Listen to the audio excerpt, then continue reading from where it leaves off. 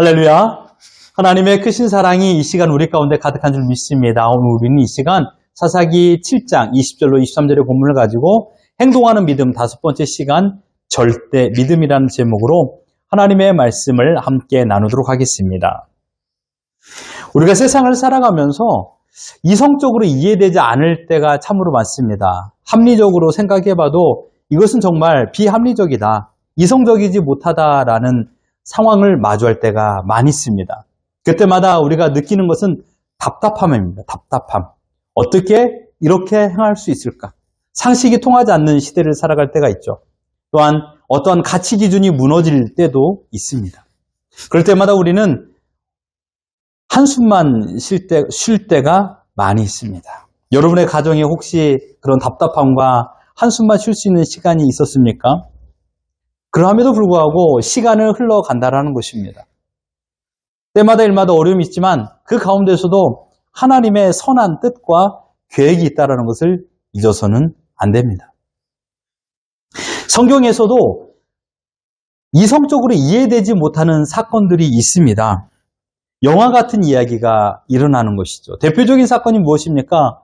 홍해 도화 사건입니다. 이스라엘 백성이 애굽을 나와서 홍해를 건너간다는 사실입니다. 그런 사건이죠. 또 요단강을 건넜다라는 사건, 영화 같은 이야기입니다. 이성적으로 이해할 수 없는 그런 사건인 것이죠. 오늘 본문도 사람의 생각으로는 이해가 되지 않는 사건입니다. 특별히 오늘 본문에 3가지 에피소드가 나오는데 이 에피소드를 따라가면서 이 말씀을 이해하길 바랍니다. 지금 이스라엘 나라에 사사 기드온과 300명의 용사가 있습니다. 그리고 그 앞에는요, 잘 훈련된 군사, 미디안 13만 5천 명이라는 거대한 숫자가 있습니다.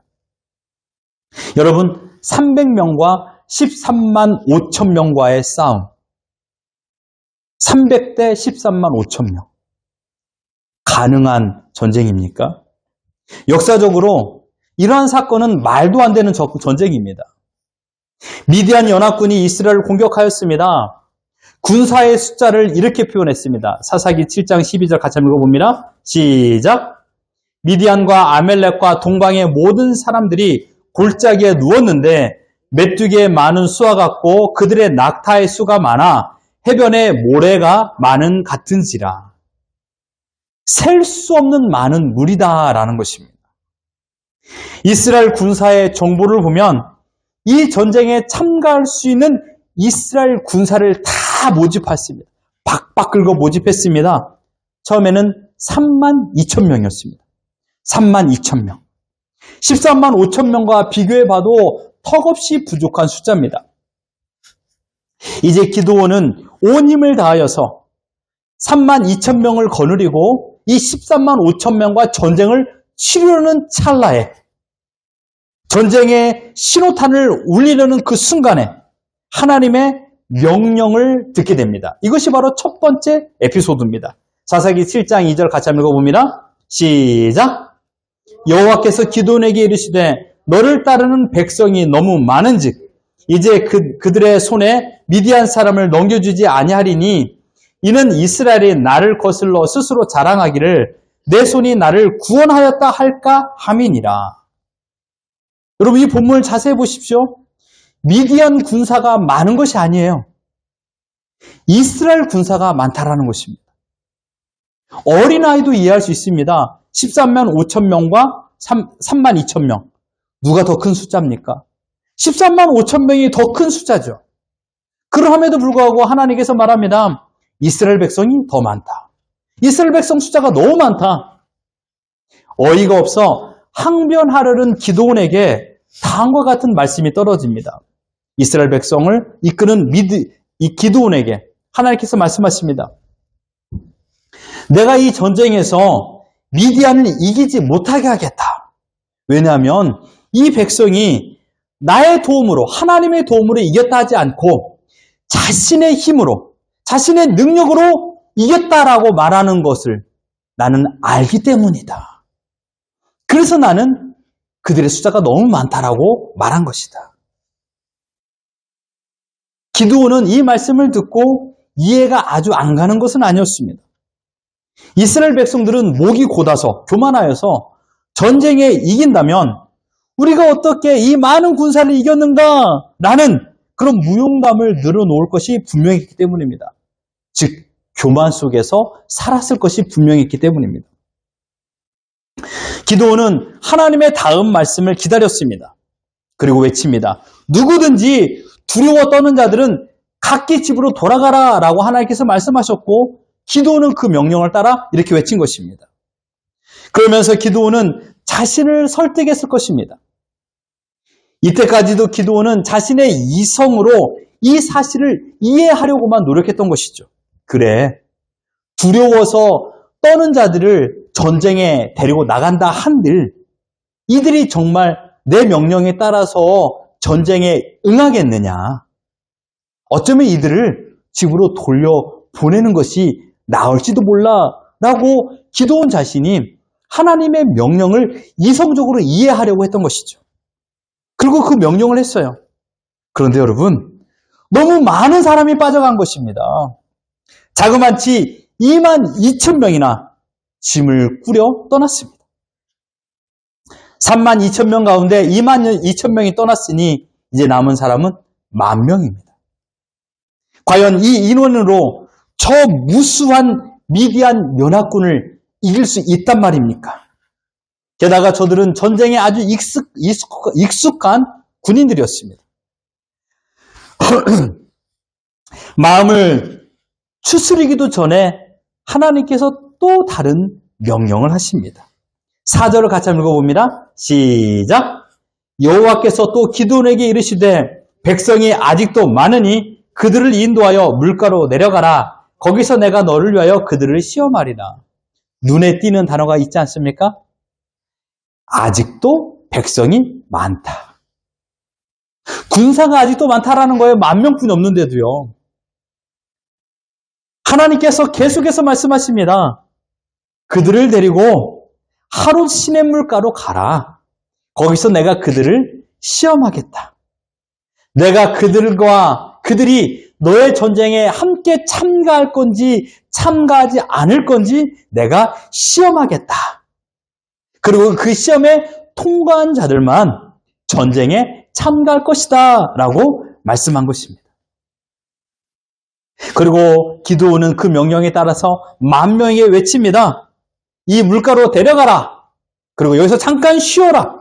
그리고 목이 마른 사람은 물을 먹어라.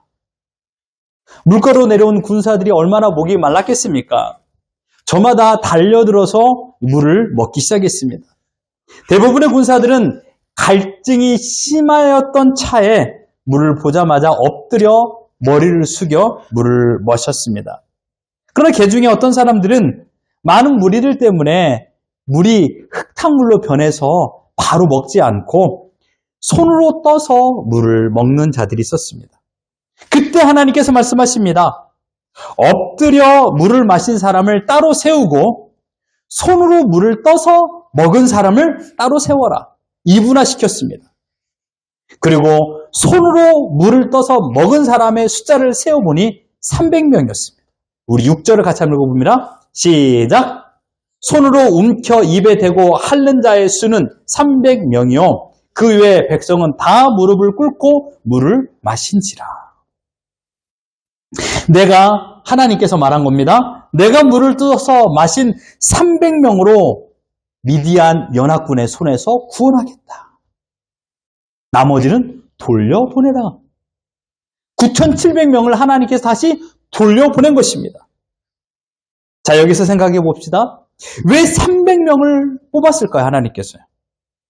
그들이 전쟁 앞에 있기 때문에 경계심을 늦추지 않고 맹렬한 눈을 떠서 적군을 바라보며 한 손은 창을 들고 한 손은 물을 떠서 마셨기 때문이었을까요?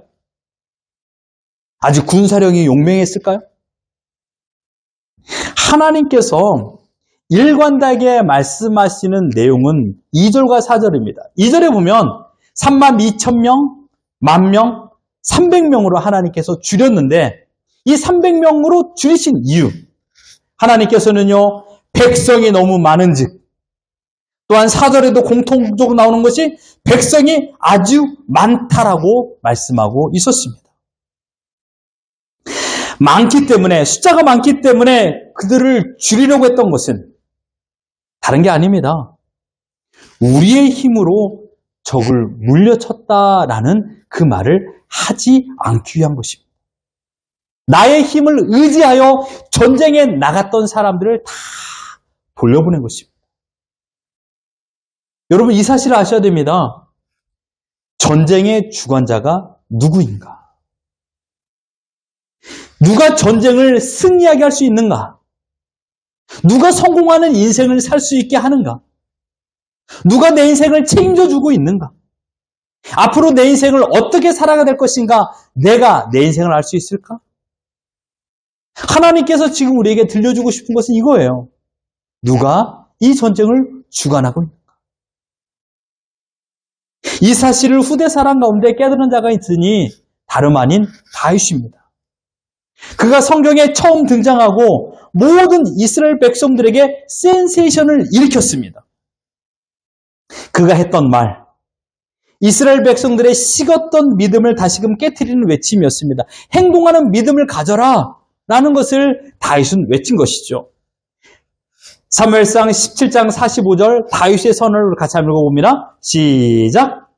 다윗이 블레셋 사람에게 이르되 너는 칼과 창과 단창으로 내게 나오거니와 나는 만군의 여호와 이름 곧 내가 모독하는 이스라엘 군대 하나님의 이름으로 내게 나아가노라. 지금 다윗 앞에 누구 있었습니까?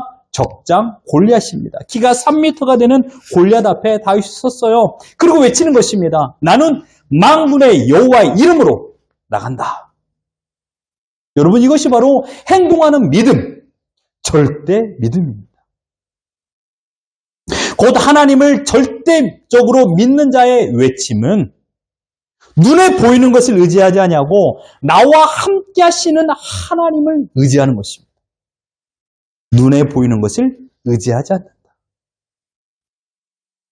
여기 계신 우리 모두도 어떠한 상황에서도 특별히 골리앗과 같은 미디안 연합군과 같은 강력한 군세 앞에서 만군의 여호와만을 의지하는 절대 믿음을 실천하기를 바랍니다.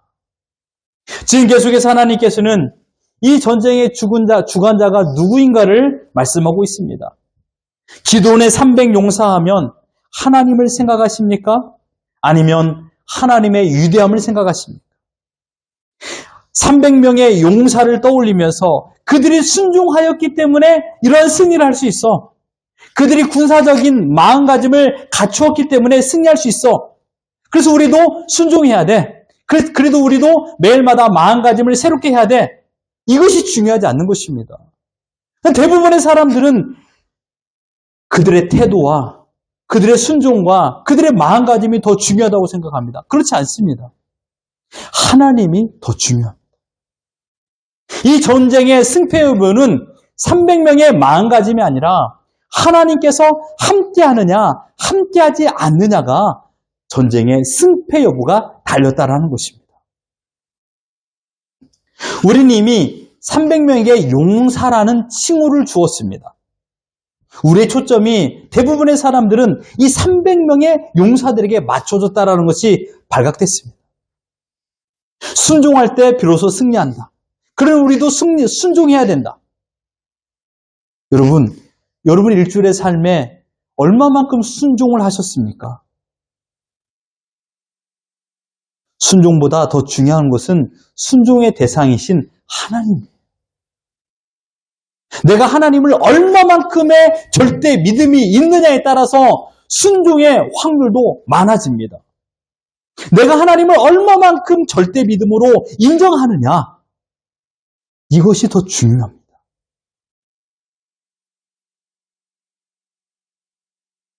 저는 이렇게 생각합니다. 여러분 그림을 보십시오. 300명은 전쟁터에서 아주 깔끔을 떠는 사람들입니다. 나는 흙탕물을 먹을 수 없어. 그러니까 시간을 가지고 물이 좀 잔잔해질 때까지 기다렸다가 떠먹는 거예요. 그러니 사람들이 10,000명이 막 달려들어 그 조그만 냇가에 왔는데 여러분 금방 물을 먹겠습니까? 아이, 나는 그래도 더러운 거 못 먹겠어. 기다렸던 사람이에요. 말 그대로 어쩌면 성격적으로 굉장히 온순하고 어쩌면 좀 내성적인 사람일 수도 있습니다. 네? MBTI 보면 뭔지를 참 모르겠습니다만은 보세요. 지금 전쟁이 막 허겁지겁 물을 먹는 게 아니라 손을 떠서 물을 먹는 거 이렇게. 네? 굉장히 온순한 사람처럼 보이지 않습니까? 이들을 우리가 용사라라고 좀 부를 수도 없는 그런 마음가짐일 수도 있겠지만 그래도 용사로 부를 수 있습니다. 용사가 아닐 수도 있겠지만 용사로 우리는 불렀습니다. 여러분 여기서 호기가 가득하고 전쟁에 능한 그 사람보다 굉장히 온순한 사람들을 하나님께서 뽑아서 썼던 이유는 숫자가 중요하지 않다라는 것을 보여주기 위한 것입니다. 여러분, 하나님은 우리에게 이 놀라운 사실을 보여주고 있습니다. 첫 번째 에피소드, 눈에 보이는 숫자를 의지하지 말라. 눈에 보이는 숫자. 눈에 보이는 군사. 눈에 보이는 군사력을 의지하지 말라라고 하나님께서 우리에게 말씀하십니다. 두 번째 에피소드 나옵니다. 여러분 32,000명의 백성이 다 돌아가고 이제 남은 300명입니다. 기드온이 그 300명을 보면서 의기양양했을까요? 담대함이 있었을까요? 아니에요. 기드온은 굉장히 두려움에 빠져 있었습니다. 그때 하나님께서 기드온에게 나타나 이렇게 말씀하십니다. 일어나서 내려가라. 내가 적진을 칠 수 있는 하나의 작전을 가르쳐 주겠다. 그러나 아직도 두렵니? 기드온아 두렵니? 너가 두려운 마음이 있다라면 너의 부하 한 사람을 데리고 적진으로 내려가라. 그리고 정찰하거라. 그리고 그들 미디안 연합군의 사람들이 말하는 것을 들어보거라. 그때 비로소 너는 새 힘을 얻을 수 있을 것이다. 라고 말씀하십니다. 13절과 14절 같이 한번 읽어봅니다. 시작! 기드온이 그곳에 이른즉 어떤 사람이 그의 친구에게 꿈을 말하여 이르기를 보라 내가 한 꿈을 꾸었는데 꿈에 보리떡 한 덩어리가 미디안 진영으로 굴러 들어와 한 장막에 이르러 그것을 쳐서 무너뜨려 위쪽으로 엎으니 그 장막이 쓰러지더라. 여러분, 기드온은 적진에 내려가서 두 병사가 주고받는 이야기, 꿈 이야기를 들었습니다. 여러분, 이 꿈의 내용도 너무 우습지 않습니까? 그런데 더 놀라운 것은 꿈의 해몽도 우습습니다. 첫 번째 꿈의 내용이 무엇입니까? 꿈에 보리떡 한 덩어리가 우리가 자고 있는 텐트에 굴러왔대. 근데 우리의 텐트를 다 무너뜨렸대. 그 얘기를 들은 또 다른 사람이 그 꿈을 해몽해 줍니다. 너무 웃겨요, 저는. 야, 그 보리떡이 누군지 알아? 바로 이스라엘의 기드온이야. 그리고 우리는 그 기드온 손에 다 죽을 거야. 라고 말하는 거예요. 어린아이가 들어도 하나님이 적들을 통하여 기드온을 격려하고 있는 말씀입니다. 여러분, 이 전쟁의 주관자가 누구인가를 기드온에게 다시금 말씀하고 있는 겁니다. 여러분, 여기에서 왜 하필 보리떡일까요? 보리떡으로 무너지는 텐트는 없어요. 아무리 보리떡을 제 아무리 강한 큰 돌로 만든다 할지라도 그것이 어찌 이 미디안 연합군의 전체를 다 무너뜨릴 수 있겠습니까? 보리떡과 같은 하찮은 기드온이라 할지라도 이것이 포인트입니다. 보리떡과 같은 하찮은 기드온이라 할지라도 하나님께서 함께 하시면 적들을 무너뜨릴 수 있다라는 것을 기드온에게 가르쳐 준 것입니다. 여전히 이 전쟁의 승패 여부는 기드온과 300용사가 아니라 하나님이라는 것을 말씀하고 있는 것입니다. 즉 기드온과 300용사들은 보리떡과 불과하지만 이 전쟁의 승리는 하나님의 손에 달려 있으니 너는 보이는 것을 의지하지 말고 나를 의지하라 라고 기드온에게 말씀한 것입니다. 그래서 여기에서 우리는 놀라운 사실을 깨달아야 됩니다. 사람을 의지하지 말라는 것이에요. 그런데 그 사람이 누군지 아십니까? 같은 편도 의지하지 말라는 것이에요. 그 어떠한 사람도 의지하지 말라는 것입니다. 우리 인생에서 참으로 어려운 말이죠. 네. 보이는 것을 의지하지 말라. 하나님께 첫 번째 말씀했고, 두 번째, 내 곁에 있는 내 동료, 내 식구, 그들도 의지하지 말라는 것입니다. 의지의 대상이 아니라는 것이에요. 마지막 세 번째 에피소드입니다. 이 전쟁에 주관하시는 분이 누군가를 우리에게 말씀하고 있습니다. 하나님께서 이 전쟁에 매우 특별한 무기를 기드온에게 이제 가르쳐 주십니다. 우리는 이 무기를 가지고 있으면 어떤 군사가 쳐들어온다 할지라도 이길 수 있어. 자, 그 무기가 무엇인가? 우리 16절을 같이 한번 읽어봅니다. 시작. 300명을 세대로 나누어 각 손에 나팔과 빙하리를 들고 항아리 안에는 횃불을 감추게 하고. 이것이 전략과 무기입니다. 100명씩 3개 부대로 나뉘어서 진을 짜라. 첫 번째. 그리고 가장 중요한 무기를 하나님께서 기드온과 이스라엘 백성들에게 허락했습니다. 한 손에는 나팔, 한 손에는 빙항아리. 그리고 그 항아리 안에 횃불을 넣어라 이것입니다. 이것이 무기예요. 저는 여기서 가장 어려운 작전이 이것이라 생각합니다. 빈 항아리 안에 횃불을 넣는 것입니다. 이것이 더 어려울 것 같습니다. 빈 항아리 안에 횃불을 넣고 들고 있어야 돼요. 넣는 것 자체가 어렵지 않겠습니까? 아주 고난이도 기술을 가지고 항아리 안에 횃불을 고정시키게 해야 됩니다. 그 당시에 본드가 있을까요? 아니, 없어요. 빈 항아리 안에 횃불을 고정시키는 것이 더 어려운 작전이라고 저는 생각합니다. 그리고 자기만 따라 하라고 기드온이 당부합니다. 또 우리 100명이 나팔을 불면 너희도 같이 나팔을 불고 외치라. 여호와를 위하여 기드온을 위하여 하라라고 했습니다. 근데 여러분 여기서 한 가지 더 생각해 봐야 됩니다. 미디안 연합군이 있는 그 전장을 한번 생각해 보십시오. 여러분 적군이 13만 5천 명이라고 그랬습니다.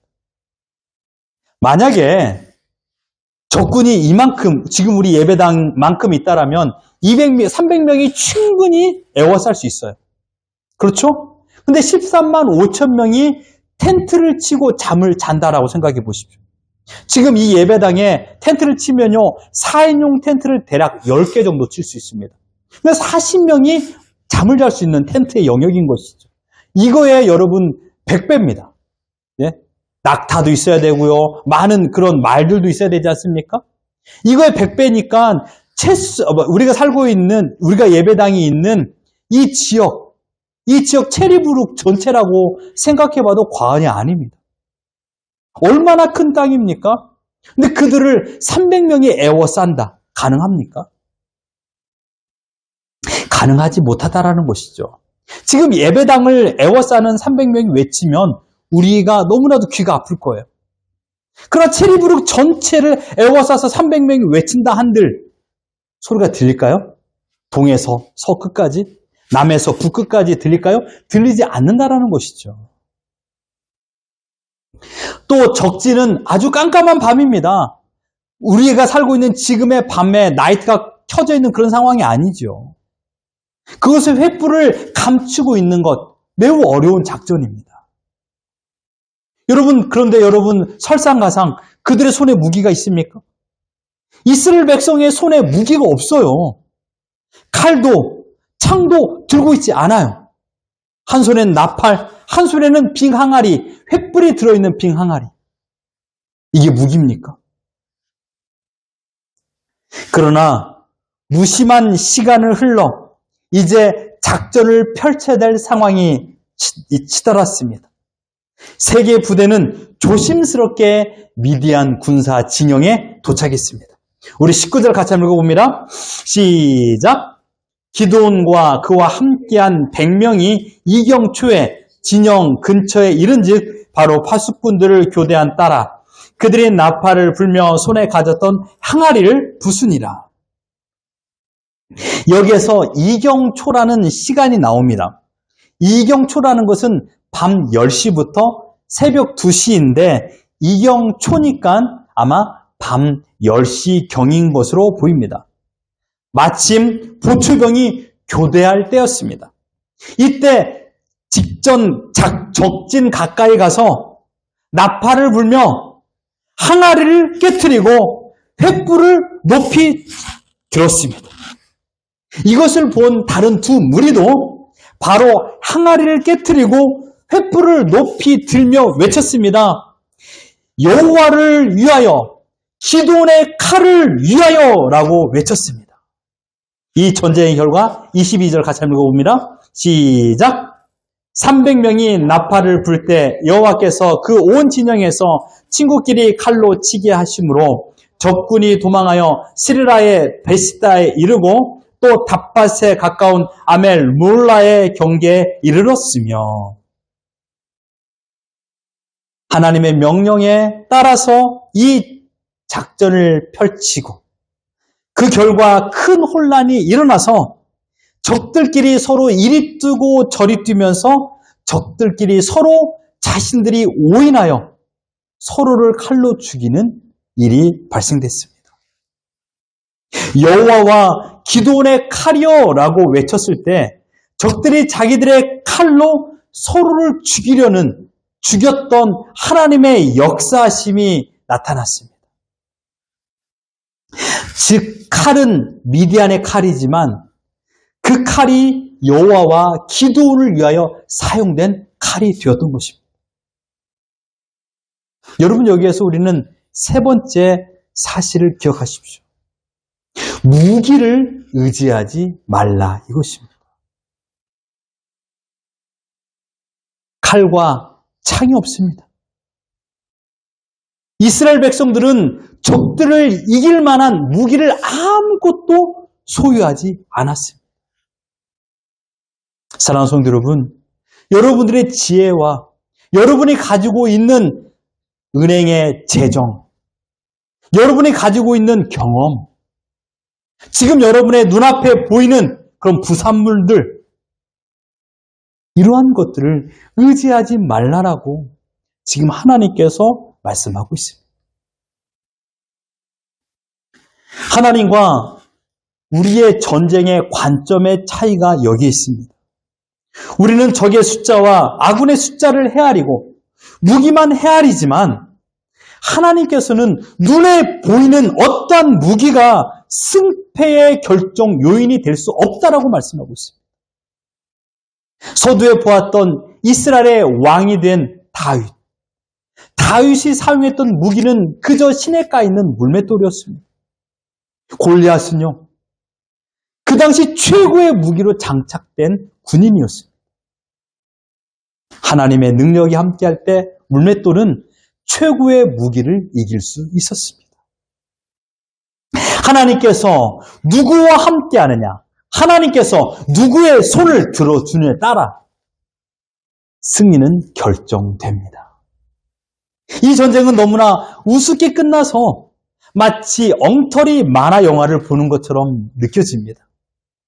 이 전쟁에서 하나님을 배제시킨다라면 그야말로 엉터리 만화에 불과합니다. 사랑하는 성도 여러분, 이 전쟁은 끝내 이스라엘 백성의 승리로 끝났습니다. 이 전쟁의 최고 수혜자는 누구일까요? 300명일까요? 기드온일까요? 아닙니다. 이 말씀을 듣는 우리들입니다. 하나님의 절대 주권이 행하는 능력이 무엇인가를 절대 믿음으로 가져라. 이것을 우리에게 가르쳐주기 위하여 이 메시지를 지금 현실의 어려움 속에서 앞이 보이지 않는 막막한 현실 가운데 서 있는 우리들에게 이 말씀을 주고 있는 것입니다. 나를 대적하는 사람들은요, 너무나도 많은 숫자입니다. 너무나도 강력한 무기를 가지고 있습니다. 그에 반면 나는 아무런 칼과 창의 무기가 없어요. 이민 땅에서 살고 있으면요, 우리의 행동 영역이, 행동 반경이 한국에 있을 때보다 90%가 줄어서 10%뿐이 없어요. 아무리 내가 열심히 노력한다 할지라도 여기서 태어나서 살아왔던 사람들의 문화를 이해하지 못할 때도 있어요. 문화적 충격과 어려움 속에 있습니다. 그래서 우리들이 가지고 있는 무기가 아무런 소용없을 때가 많아요. 우리는 더욱더 현실의 어려움 속에서 큰 고통을 마주할 때가 많이 있습니다.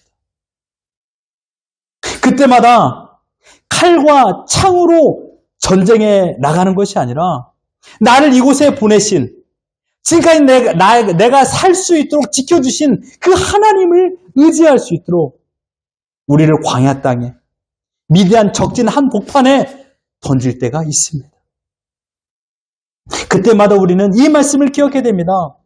기드온이 300용사를 의지하지 아니하고 칼과 창을 의지하지 아니하고 하나님을 절대 믿음을 가지고 나아갔던 것처럼 우리도 지금 이 말씀을 힘입어 하나님의 절대 주권을 믿고 오늘을 살아가는, 행동하는 믿음을 가지라고 말씀하는 우리에게 이 말씀을 주는 것입니다. 기드온은 이 전쟁이 자기들의 창이나 칼로 싸워서 승리할 수 있는 전쟁이 아니라 오직 여호와 하나님의 칼과 하나님의 능력으로 이길 수 있다는 것을 알았기 때문에 처음부터 손에 칼과 창을 들지 않았던 것입니다. 지금 여러분이 의지하고 있는 칼과 창을 내려놓을 수 있습니까? 지금 여러분이 의지하고 있는 나의 경험과 나의 지혜와 그래도 내가 가지고 있는 그 조그만 물질, 그 무기들을 내려놓을 수 있습니까? 하나님은 오늘도 우리에게 이 시험을, 이 연단을 하십니다. 너의 손에 무기를 내려놓을 수 있고 너의 손에 나의 힘, 곧 하나님의 전적 주권을 의지하는 그 믿음을 붙잡을 수 있겠느냐라고 말씀하고 있습니다. 그러므로 여러분, 우리는 이 땅에 살아가면서 가져야 될 것은 바른 믿음의 태도, 곧 한 가지, 절대 믿음입니다. 하나님에 대한 절대 믿음. 내 인생의 주관자가 누구입니까? 엄마가 아니에요. 아빠가 내 인생의 주관자가 아니에요. 내 인생의 주관자는 친구도 아니에요. 내 인생의 주관자는 내 자신도 아니에요. 내 인생의 주관자는 오직 하나님이십니다. 내 인생의 주관자가 누구인가? 이것을 우리는 매일마다 물어야 됩니다. 사사기 시대의 특징이 무엇입니까? 오늘 본문에 나온 사사기 7장이지만 사사기 전체의 특징, 하나님을 떠난 삶의 결과, 하나님과 함께한 사람의 결과, 이겁니다. 하나님을 떠나 살았던 사람들은 이방인들에게 무참히 짓밟힘을 당했습니다.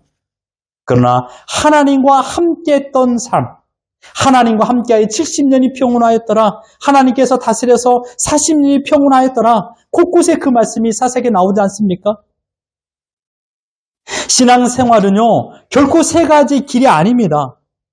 신앙생활은 중간에 결코 타협이 없어요. 신앙생활은요, 내일로 미루지 않습니다. now, 지금입니다. 하나님을 따르는가 아니면 세상을 따르는가. 하나님을 따르는 척도 안 돼요. 흉내만 내는 것을 사람들은요, 참 믿음 좋다라고 말할 수 있어요. 우리가 흉내만 내는 것에 사람을 속일 수는 있습니다. 그러나 하나님은 속지 않습니다. 여호수아가 했던 말씀, 우리 같이 한번 여호수아 24장 15절 같이 읽어봅니다. 시작. 만일 여호와를 섬기는 것이 너에게 좋지 않게 보이거든 너희 조상들이 강 저쪽에서 섬기던 신들이든지 또는 너희가 거주하는 땅에 있는 아모리 족속의 신들이든지 너희가 섬길 자를 오늘 택하라. 오직 나와 내 집은 여호와를 섬기겠노라. 내일 택하라가 아니에요. 마음에 작정하고 일주일 후에 택하라가 아니에요. now, 지금, 오늘 택하라. 모든 사람들은 자신의 이름을 어디에 올려야 할지를 정해야 될 때가 있습니다. 하나님을 택해야 될지 세상을 택해야 될지 지금 여러분의 믿음이 평가되는 것입니다. 여러분은 어떤 곳에 여러분의 이름을 올리시겠습니까? 세상, 아무리 족속의 신들 위에 여러분의 이름을 올리시겠습니까? 아니면 여호와 하나님의 이름 위에 여러분의 이름을 올리시겠습니까? 사랑하는 성도 여러분, 눈에 보이는 숫자, 내 곁에 있는 사람, 내가 소유한 무기, 이 세 가지는 나의 의지의 대상이 아닙니다. 우리의 눈은 오직 주님만을 바라봐야 됩니다. 오직 주님만을 의지하고 주님의 능력을 신뢰할 때 비로소 하나님께서 우리와 함께 하심을 우리의 삶을 통하여 나타내 보이시는 것입니다. 하나님께서 오늘 우리를 살려주신 이유가 무엇일까요? 이 사명을 감당하기 위한 것입니다. 이 사명을 의지하여서 이 사명을 행하라는 것입니다. 행동하는 믿음, 곧 하나님을 절대 신뢰하고 절대적으로 믿는 믿음을 가지고 오늘을 살아가는 것입니다. 지금 여러분의 수요가 32,000에서 만으로 줄었나요? 여러분의 행동 영역이 만에서 300으로 줄었나요? 여러분의 무기가 32,000에서 300으로 줄었나요? 여러분의 건강이 32,000에서 300으로 줄었나요? 여러분의 경제 능력이 32,000에서 300으로 줄었나요? 이제 의지할 대상을 정하십시오. 32,000이라는 건강, 32,000이라는 물질이 아니라 하나님의 능력, 하나님의 전적 주권을 인정할 때 비로소 하나님의 행하심을 눈으로 목도할 줄 믿습니다. 하나님은 내 편이십니다. 죽을 것 같은 상황에서도 더 이상 버틸 수 없는 상황 가운데서도 우리는 살아냈습니다. 감당할 수 없는 현실의 어려움 속에서도 우리는 살아냈습니다. 육신의 고통에 아픔이 가득한 그 순간에서도 우리는 살아냈습니다. 나의 32,000의 능력으로요? 아니요. 보잘것없는 300명 보리떡과 같은 나의 육신의 한계 속에서, 보잘것없는 보리떡과 같은 나의 경제적인 한계 속에서도 우리는 버텨낼 수 있는 능력이 있었습니다. 왜요? 바로 하나님을 의지했기 때문입니다. 어려움과 힘듦을 경험할수록 하나님의 돌봄의 능력을 더 의지할 수 있습니다. 이런 하루하루를 살아갈 적에 비로소 하나님 우리의 피난처라는 고백을 하게 될 것이고, 환난 날에 나를 돕는 분이라는 것을 우리는 믿음으로 고백하게 될 것이며, 그 고백 끝에 하나님께서 행하심을 우리는 보게 될 것입니다. 그러니 여러분, 여러분의 소유가 300이라 할지라도 두려워하지 마십시오. 여러분의 능력이 300이라 할지라도 두려워하지 마십시오. 하나님께서 여러분과 함께 하십니다. 이 믿음을 가지고 오늘을 승리로 살아가는 우리 모두가 되기를 예수 그리스도 이름으로 축원합니다.